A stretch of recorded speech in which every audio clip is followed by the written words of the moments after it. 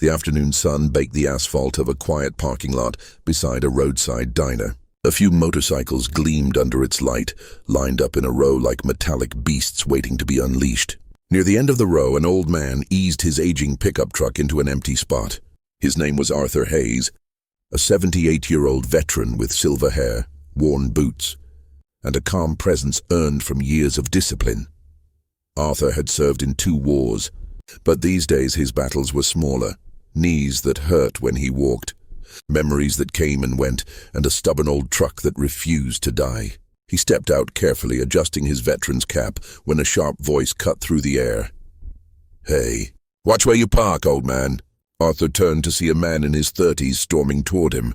The biker's name was Duke, tall, loud, and wearing a leather vest covered in patches. His reflection glared back from the side mirror of Arthur's truck, now sporting a faint scratch. "You just hit my bike with your door," Duke barked, pointing to a gleaming Harley parked next to the truck. Arthur frowned and looked closely. The mirror had barely grazed the handlebar. "Son, I don't think I touched it hard enough to scratch anything," he said calmly. Duke wasn't listening. His pride was already louder than reason. "You think because you're old you can just do whatever?" he sneered, shoving a finger in Arthur's chest. "You think your little hat gives you a free pass?" Arthur looked at the man's hand, then up into his eyes. His voice stayed even. "That hat means I've buried friends who fought for your right to act like a fool. Now, take your hand off me." The nearby bikers paused mid-laugh, turning toward the sound of trouble. Duke's buddies smirked, circling closer. "Oh, we got a tough guy here," one of them jeered. "Careful, Grandpa might call the army on us." Arthur sighed and leaned against his truck. "You boys don't want this argument. Go cool off." But Duke's ego had already taken over. He grabbed his phone and started recording. No, everyone's gonna see this. Old man scratches my ride and then talks tough. What are you gonna do, soldier boy? Call your unit." Arthur didn't move. His eyes, though tired, still held the quiet weight of someone who had seen far worse than street punks. "If you're done shouting, I'll be on my way," he said. That calmness only made Duke angrier. He yanked open his phone and barked into it. "Get over here now. Bring the boys, like 50 of them. This guy's saying he's calling the military." The call echoed across the lot, ridiculous yet threatening. Arthur shook his head slowly. "You're calling 50 men because you're scared of one old veteran." Duke's smirk faltered for a moment. "You don't know who you're talking to," he said, trying to sound tough again. Arthur turned toward his truck, but not before saying softly, "I know exactly who I'm talking to." A man who mistakes noise for power. Duke didn't respond. He just paced back and forth, glancing at the road every few seconds, waiting for his reinforcements to arrive. The parking lot fell into uneasy silence. Only the ticking sound of Arthur's cooling engine and the distant hum of approaching motorcycles broke it. 50 engines roaring closer. Arthur exhaled and adjusted his cap. "So this is what fear looks like now," he murmured. 50 men for one old soldier. The air began to tremble with the sound of the incoming horde. The air began to tremble with the sound of the incoming horde. At first, it was just a low growl in the distance, like thunder rumbling over the horizon. Then it grew louder, heavier, until the windows of the diner rattled and coffee cups on the counter began to shake. 50 motorcycles came roaring down the street, chrome glinting under the afternoon sun, exhausts screaming like angry beasts. Arthur Hayes stood motionless beside his truck. His hands rested on the hood, as if steadying himself against the wave of noise. To any bystander, he looked fragile, an old man caught in the wrong place at the wrong time. But his eyes didn't show fear. They showed patience, the kind that comes from years of seeing storms far worse than this. Duke smirked, his confidence returning as the roar approached. "There they are," he said. "My brothers. Let's see if you're still calm when 50 bikers show up." The parking lot filled fast, engines cutting one by one, boots hitting the ground in rhythm. The air was thick with gasoline and ego. Men in leather vests surrounded Arthur's truck, forming a loose circle. Some crossed their arms. Others spat tobacco on the pavement. One of them, a burly man with a grey beard and a scar across his cheek, stepped forward. His name was Reaper, the unofficial captain of the crew. "What's the problem here, Duke?" he growled. "This old guy scratched my bike and started mouthing off," Duke said loudly. Then he threatened to call the army on me. Arthur sighed quietly. I said no such thing.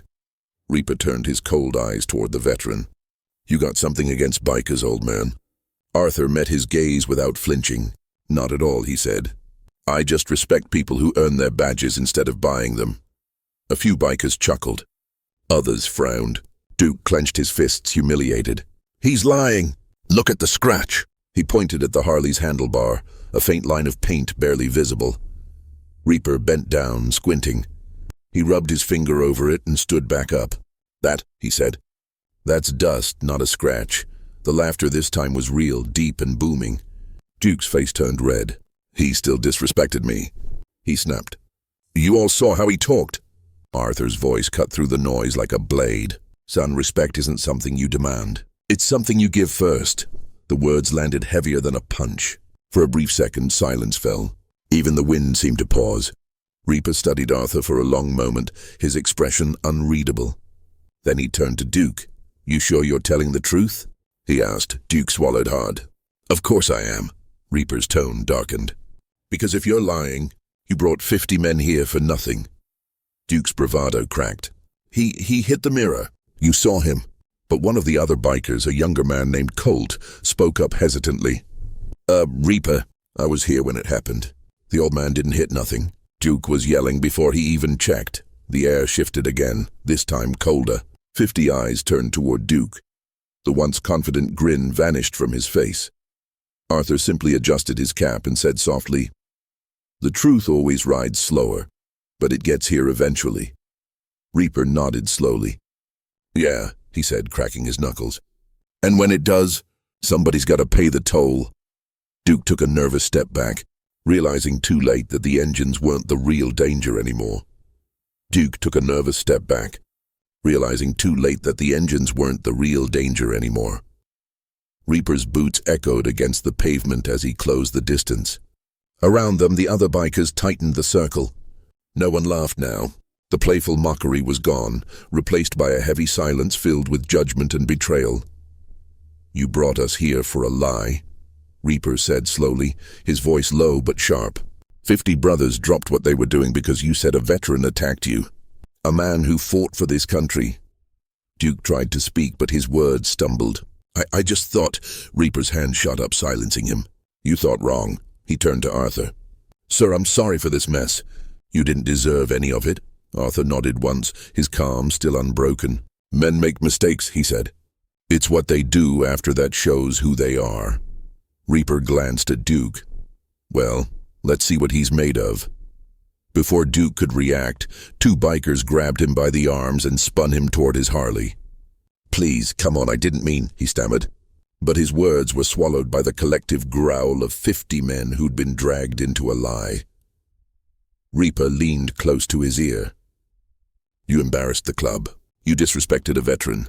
That's 2 sins too many. Then came the sound, not of violence but of humiliation. One biker kicked over Duke's pristine Harley, letting it crash to the ground. Another tore the patch from his vest, the symbol of brotherhood he no longer deserved. Get out of here, Reaper ordered. You ride alone now. Duke stared at the wrecked bike, at the faces that once called him brother. He opened his mouth, but no words came. He turned and walked away, shoulders trembling under the weight of his own disgrace. Arthur watched silently. When it was over, he approached Reaper and extended his hand. You handled that with honor, he said. Reaper shook it firmly. No, sir, he replied. You reminded us what honor looks like. The engines started again, one by one, until the sound filled the air like thunder rolling away. Arthur stood alone in the quiet that followed, wind tugging at his cap.